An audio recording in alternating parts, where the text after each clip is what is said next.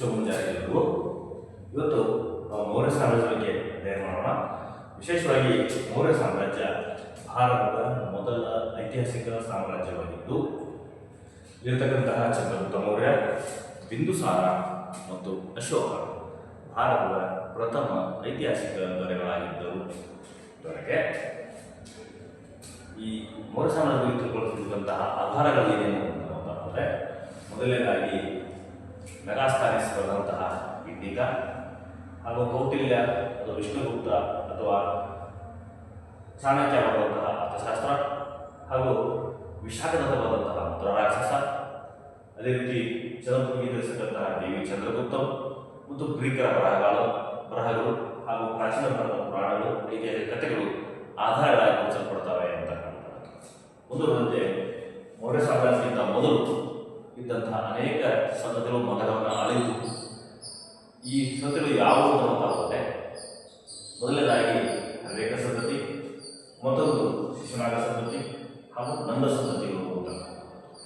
ವಿಶೇಷವಾಗಿ ಹರ್ಯಕ ಸಂತತಿಯಲ್ಲಿ ಬೃಹದ್ರಥ ಮತ್ತು ಬಿಂಬಸಾರ ಹಾಗೂ ಅಜಾತಶತ್ರು ಮೂರು ಜನರನ್ನು ಗುರುತಿಸುವ ಐತಿಹಾಸಿಕವಾಗಿ ಇದ್ರ ಬಗ್ಗೆ ಹೆಚ್ಚಿನ ಮಾಹಿತಿ ಸಿಗೋದಿಲ್ಲ, ಬಟ್ ಅಲ್ಲಲ್ಲಿ ಉಲ್ಲೇಖ ಆಗಿದೆ. ಹಾಗಾಗಿ ಅವ್ರನ್ನೂ ಕೂಡ ಪ್ರಾಚೀನ ಭಾರತದ ದೊರೆಗಳು ಗುರುತಿಸುತ್ತಾರೆ.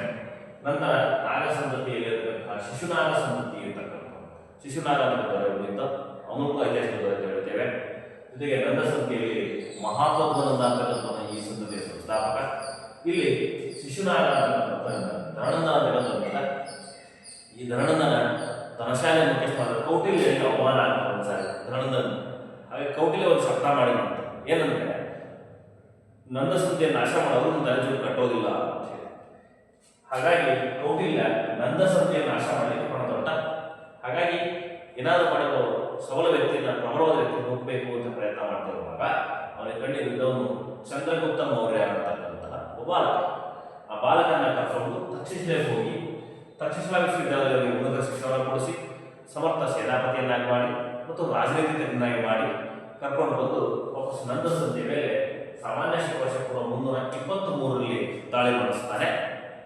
ಆ ಮೂಲಕ ನಂದ ಸಂತತಿ ನಾಶವಾಗಿ ಧರಣಂದನ ಹತ್ಯೆ ಆಗದ ನಂತರದಲ್ಲಿ ಎಷ್ಟು ಬದಲಾವಣೆಗಳಾದವು. ಏನ ಬದಲಾವಣೆಗಳಾದಾಗ, ನಂದ ಸಂತತಿಯ ಅವನತಿ ತರುವಾಯ ಹೊಸದೊಂದು ಸಂತತಿ ಮಗಧ ಭಾಗದಲ್ಲಿ, ಈಗಿನ ಮಗಧ ಭಾಗ ಅಂದ್ರೆ ಈಗಿನ ಬಿಹಾರ ಮತ್ತು ಬಿಹಾರ ಭಾಗವನ್ನು ಮಗಧ ಅಂತ ಕರೀತಿದ್ರು.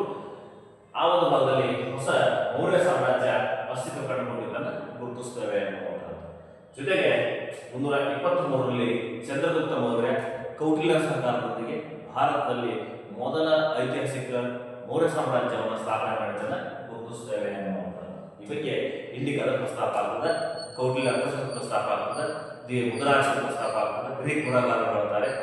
ಜೊತೆಗೆ ದೇವಿ ಚಂದ್ರಗುಪ್ತ ಮೌರ್ಯ ಬಗ್ಗೆ ಪ್ರಸ್ತಾಪ ಮಾಡ್ತದೆ. ಆ ಮೂಲಕ ಪ್ರಥಮ ಐತಿಹಾಸಿಕ ಸಾಮ್ರಾಜ್ಯದ ಐತಿಹಾಸಿಕ ಪ್ರಥಮ ದೊರೆ ಯಾರು ಅಂದ್ರೆ ಚಂದ್ರಗುಪ್ತ ಮೌರ್ಯ. ಸಾಮಾನ್ಯ ವರ್ಷ ಪೂರ್ವ 323ರಲ್ಲಿ ಇವರ ಆಳ್ವಿಕೆ ಬಂದ ಅನ್ನುವಂತಹದ್ದು. ಮುಂದುವರೆದು ಅವನ ನಂತರದಲ್ಲಿ ಅವನ ಬಿಂದುಸಾರನ ಆಳ್ವಿಕೆ ಬಂದ 299 ಸಾಮಾನ್ಯ ವರ್ಷ ಪೂರ್ವ. ಚಂದ್ರಗುಪ್ತ ಮೌರ್ಯ ತನ್ನ ಕೊನೆಯ ದಿನವನ್ನ ಕರ್ನಾಟಕದ ಶ್ರವಣಬೆಳಗೊಳದಲ್ಲಿ ಕಳೆದ ಅಂತಕ್ಕಂಥ. ಯಾಕಂದ್ರೆ ಅವನು ಜೈನಧರ್ಮವನ್ನು ಸ್ವೀಕಾರ ಮಾಡಿ ಶ್ರವಣಬೆಳಗೊಳಕ್ಕೆ ಬಂದು ಅಲ್ಲಿ ಸಲ್ಲೇಖವನ್ನು ಕೈಗೊಂಡು ತಾನು ದೇಹತ್ಯಾಗ ಮಾಡ ಅಂತಕ್ಕಂಥ ಬಗ್ಗೆ ಇತಿಹಾಸ ಪ್ರಸ್ತಾಪ ಆಗ್ತದೆ. ನಂತರದಲ್ಲಿ ಬಿಂದುಸಾರ ಸುಮಾರು 20 ವರ್ಷಗಳ ಕಾಲ ಆಳ್ವಿಕೆ ಮಾಡ್ತಾನೆ. ಈ ಕಾಲದಲ್ಲಿ ಹೇಳಿರುವುದು ಬದಲಾವಣೆ ಏನೂ ಇಲ್ಲ, ಆಹಾರಗಳು ಸಿಕ್ಕಿಲ್ಲ ನಮಗೆ ಅಂತಕ್ಕಂಥದ್ದು. ಮುಂದುವರೆದು ನಂತರ ಬಂದವರೇ ಮಹಾಶಯ ಅಶೋಕ ಅಂತಕ್ಕಂಥವು. ಈ ಅಶೋಕ ಭಾರತದ ಪ್ರಥಮ ಐತಿಹಾಸಿಕ ಸಾಮ್ರಾಜ್ಯಾಧಿಪತಿ ಅಂತಕ್ಕಂಥದ್ದು. ಇಲ್ಲಿ ವಿಶೇಷವಾಗಿ ಅಶೋಕನನ್ನ ನಾವು ಶಾಸನಗಳ ಪಿತಾಮಹ ಅಂತ ಕರಿತೇವೆ ಮತ್ತು ಶಾಸನ ಪಿತಾಮಹ. ಯಾಕಂದ್ರೆ ಭಾರತದಲ್ಲಿ ಮೊಟ್ಟ ಮೊದಲ ಬಾರಿಗೆ ಶಾಸನದ ಶಿಲೆಗಳ ಮೂಲಕ ಹೊರಡಿಸಿದವನು, ಅಂದ್ರೆ ಶಿಲಾ ಫಲಕಗಳ ಮೇಲೆ ತನ್ನ ಆದೇಶ ರಾಜಾಜ್ಞೆಯನ್ನು ಹೊರಡಿಸಿದವನು ಅಶೋಕ ಅಂತ. ಹಾಗಾಗಿ ಅಶೋಕನನ್ನ ಶಾಸನಗಳ ಪಿತಾಮಹ, ಶಿಲಾಶಾಸನಗಳ ಪಿತಾಮಹ ಅಂತ ಕರಿತೇವೆ ಅಂತಕ್ಕಂಥದ್ದು. ಮತ್ತು ಜಗತ್ತಿನಲ್ಲಿ ಮೊಟ್ಟ ಮೊದಲ ಬಾರಿಗೆ ತನ್ನ ಆದೇಶಗಳೆಲ್ಲವನ್ನೂ ಕೂಡ ಶಾಸನ ಮೇಲೆ ಹಾಕಿಸಿದವನು ಈ ಅಶೋಕ ಅಂತ. ಹಾಗಾಗಿ ಅಶೋಕನನ್ನ ಮಹಾಶಯ ಅಶೋಕ ಅಂತ ಕರಿತೇವೆ. ಅವನ ಜೀವನದಲ್ಲಿ ಮಾಡಿದಂಥ ಅನೇಕ ಸಾಧನೆಗಳಿಂದಾಗಿ ಅವನನ್ನ ಮಹಾಶಯ ಅಶೋಕ ಅಂತ ಕರೀತೇವೆ. ಅವನು ಮಾಡಿದ ಏಕೈಕ ಯುದ್ಧ ಕಳಿಗೆ ಯುದ್ಧ. ಆ ಯುದ್ಧದಾಗಿ ಮರಣಗೊಂಡು ತಾನು ಬೌದ್ಧರ್ಮ ಸ್ವೀಕಾರ ಮಾಡಿದ ಬಗ್ಗೆ ನಾವು ಪ್ರಸ್ತಾಪ ಮಾಡ್ತೇವೆ. ಜೊತೆಗೆ ಇನ್ನೊಂದು ವಿಶೇಷ ಏನಪ್ಪ ಅಂದ್ರೆ, ಅಶೋಕ ಭಾರತೀಯ ಇತಿಹಾಸದಲ್ಲಿ ಯಾವಾಗಲೂ ಮೆದುಳುವ ಧ್ರುವತಾರೆ ಅಂತ. ಯಾಕಂದ್ರೆ ಅವನು ಕೈಗೊಂಡಂತಹ ಕ್ರಮಗಳು, ಆಡಳಿತ ಕ್ರಮಗಳು ಮತ್ತು ಆಡಳಿತ ನೀತಿಗಳು ಹಾಗಿತ್ತು ಅಂತಕ್ಕಂಥದ್ದು.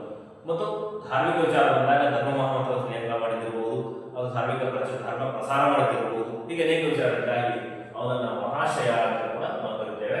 773ರಿಂದ 732 ಸಾಮಾನ್ಯ ಶತಕೋಶದಲ್ಲಿ ಇವರು ಆಳ್ವಿಕೆ ಮಾಡಿದ್ದನ್ನು ನಾವು ಗುರುತಿಸ್ತೇವೆ ಅನ್ನುವಂತಹದ್ದು. ಮುಂದೆ ಅಶೋಕ ಭಾರತದ ಪ್ರಥಮ ಐತಿಹಾಸಿಕ ದೊರೆ ಅಂತ ಹೇಳ್ತೇವೆ. ಯಾಕೆ ನಮ್ಮ ಮಾಡಿದ ಸಾಧನೆಗಳೇನು ಅಂತ ಮತ್ತೆ ಮಾತಾಡೋಣ. Thank you.